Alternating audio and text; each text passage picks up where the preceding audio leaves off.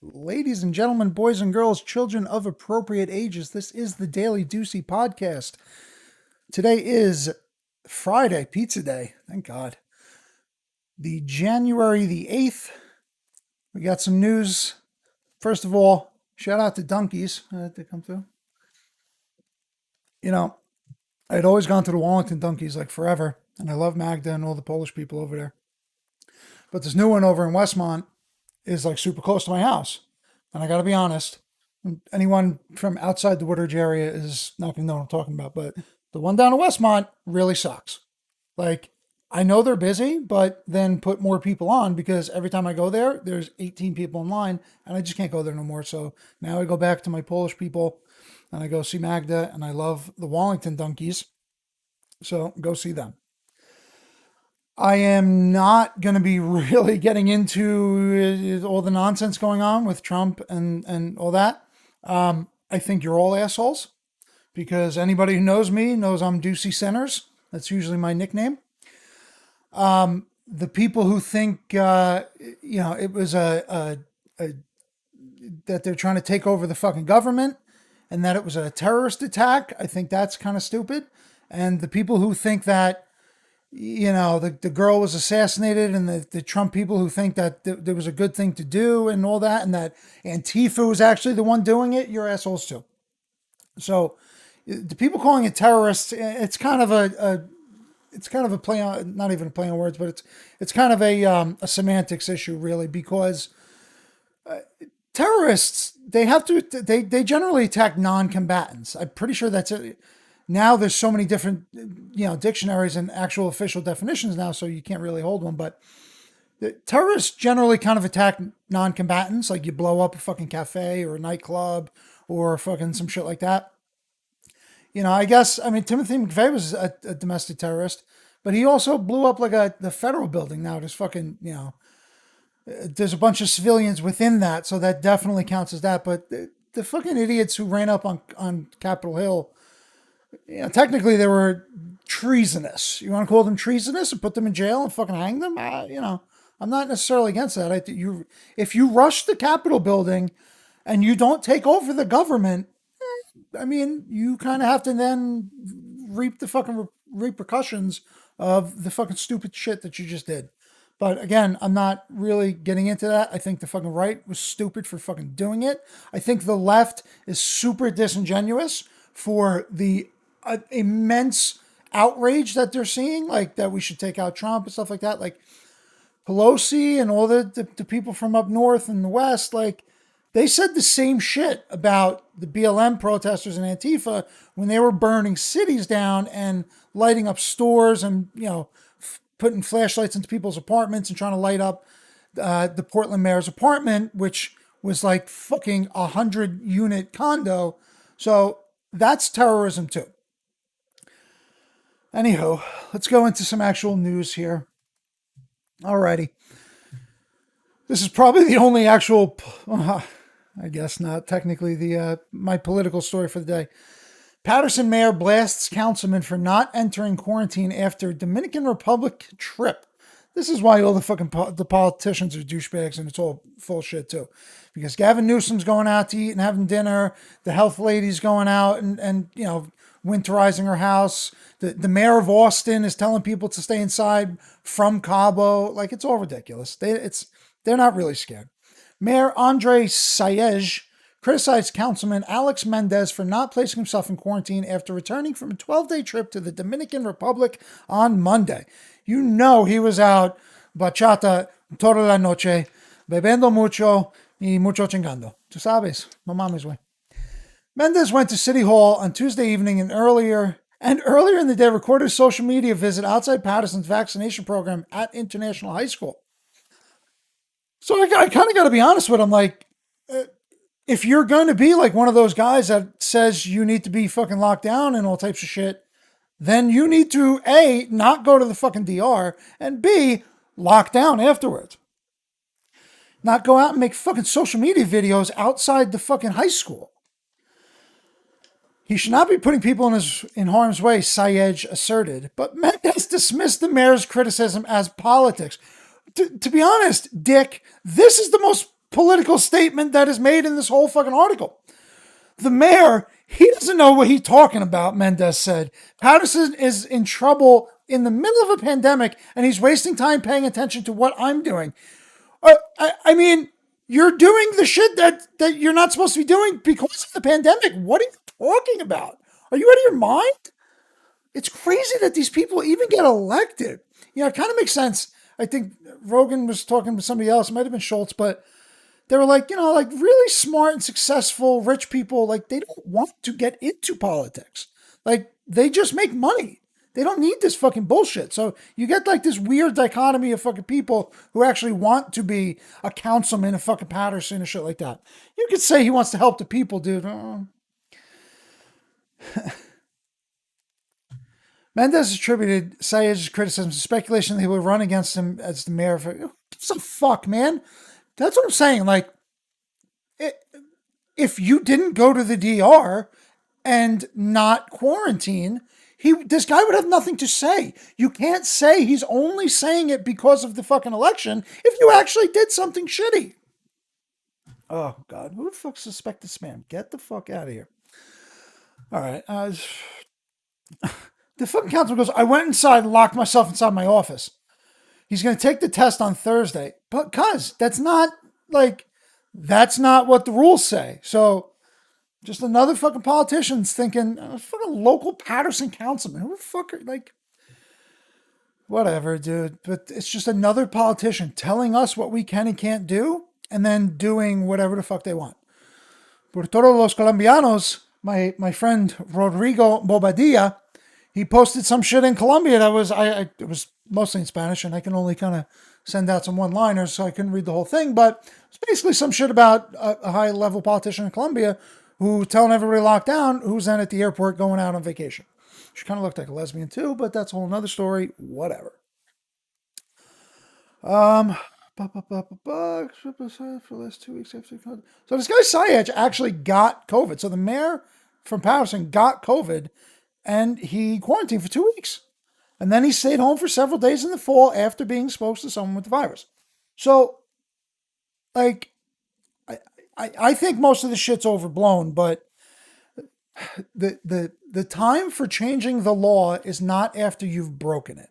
And that goes with a lot of things, but, you know, like wearing masks and shit like that, I'm fine for wearing masks. And it's really a play, it's like a social play, because I'm kind of an anti-Rona guy, but I wear my mask just fine. And if I see somebody at the fucking, like, the store and shit without a mask, I kind of get pissed off.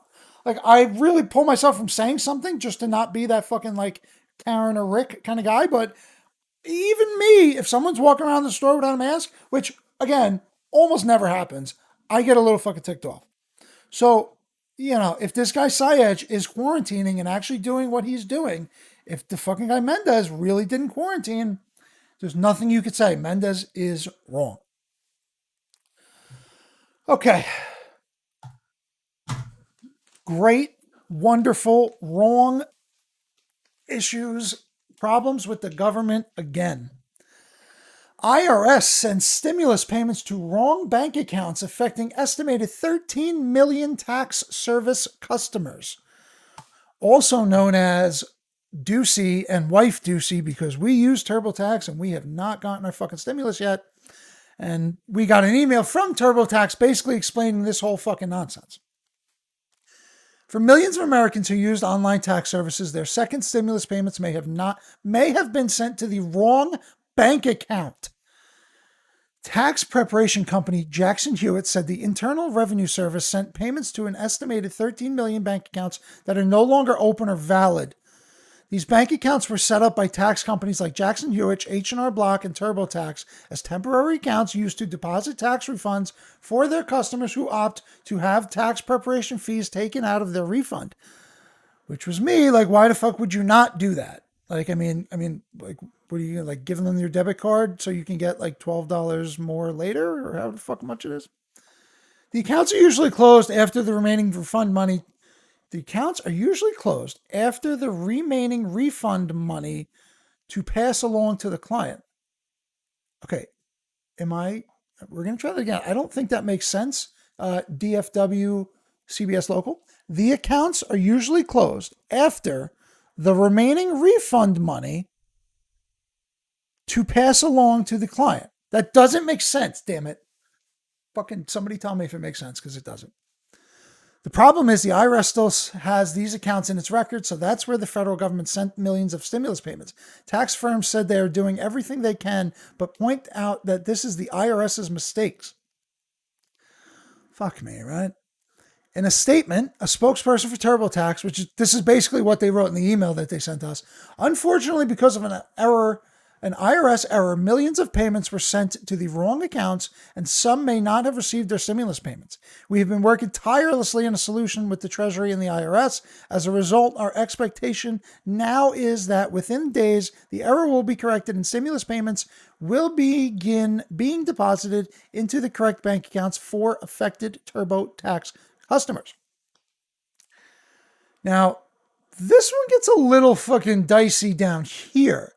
However, for many Americans who used online tax services, it may be too late to receive an advanced $600 stimulus payment. On the Jackson Hewitt website, the company said impacted banks are required to send the affected payments back to the U.S. Treasury. Jackson Hewitt and its tax preparers have not and will not receive funds from the IRS to distribute to the taxpayers. I mean, to be fair to the companies, I kind of agree with that. Like, it's the fucking government's money.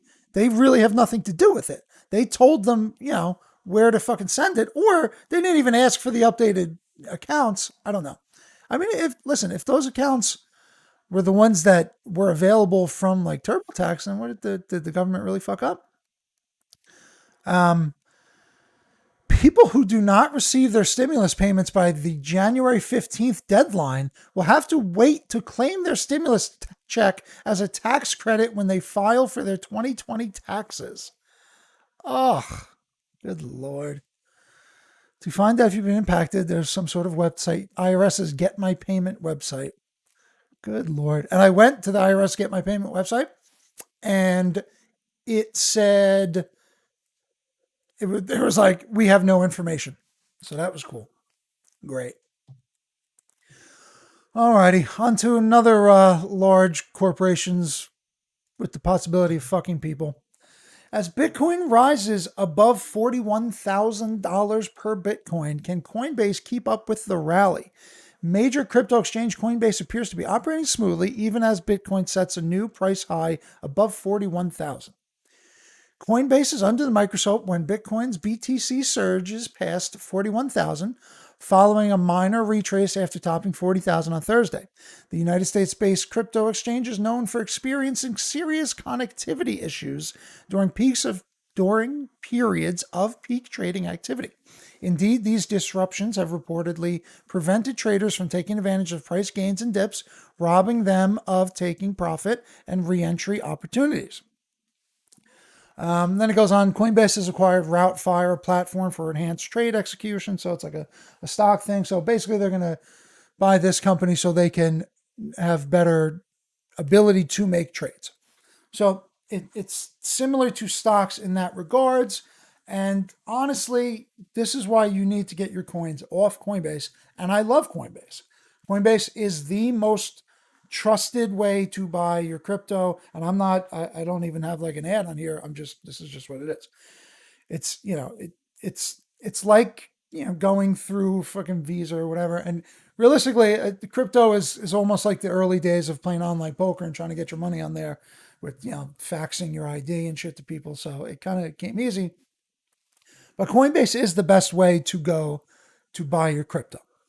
Now, once that happens, you really should take it off. You should go on Amazon or wherever and buy a ledger or some sort of hardware wallet where it's a bit of a process, but you get the coins off that exchange onto the hardware wallet, and then no one can ever touch them. Coinbase, again, is super safe. There have been many, many, many Bitcoin exchanges who have been hacked, and all the Bitcoins have been stolen, and people have lost hundreds of thousands of millions of dollars. Coinbase is based in the U.S. None of that, I believe, anything major has happened to any company in the U.S. So Coinbase is trustworthy. You can buy any coins you want there. You can keep them on there. It's not a big deal. Gary B fucking bought $25,000 worth of Bitcoin.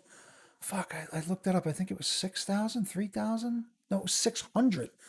Fuck, Gary V, dude. I think he bought 25,000 at $600 a coin. Now it's 41,000. Oh my God. But anywho, so Deucey public service announcement. If you have some coins, Coinbase is cool. If you want to buy coins, get them on Coinbase.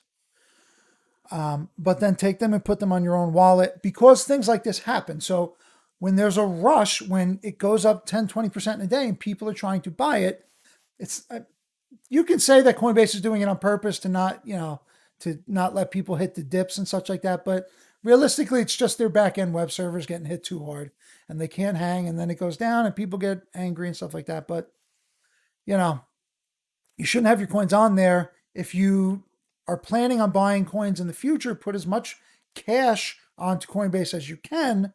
And then once that clears, you could buy it instantly. At press time, Coinbase has yet to report any connectivity issues across exchange platforms. According to a status page, the company identified and fixed the root cause of the service disruption experienced on Thursday. So I guess yesterday there was a major exchange that had disruption. Coinbase is not the only major exchange to suffer issues during this price rally. Binance went down. So, I mean, we're above 41,000. Oh, I didn't do the old crypto Deucey price check. So today, Bitcoin, $40,347 per one Bitcoin. We're up 4.26% today. Ethereum taking a little bit of a dip, 1185 down just under 3%. Litecoin just about the same, 169.51, and XRP down a little bit again at 3% at 31 cents. So it's not too late to get your crypto coins because hopefully Bitcoin will be up at 145,000 soon. Jesus, we're at 17 minutes already. This is sort of a little bit more lighthearted considering, we're at Civil War. I was gonna make this a Facebook post. We'll see how many people are actually still here. But John Titter wasn't that wrong, boys and girls. Figure it out. Adios. Thank you everyone for stopping by. And if you're still here at this point, you are the fucking best. Love you.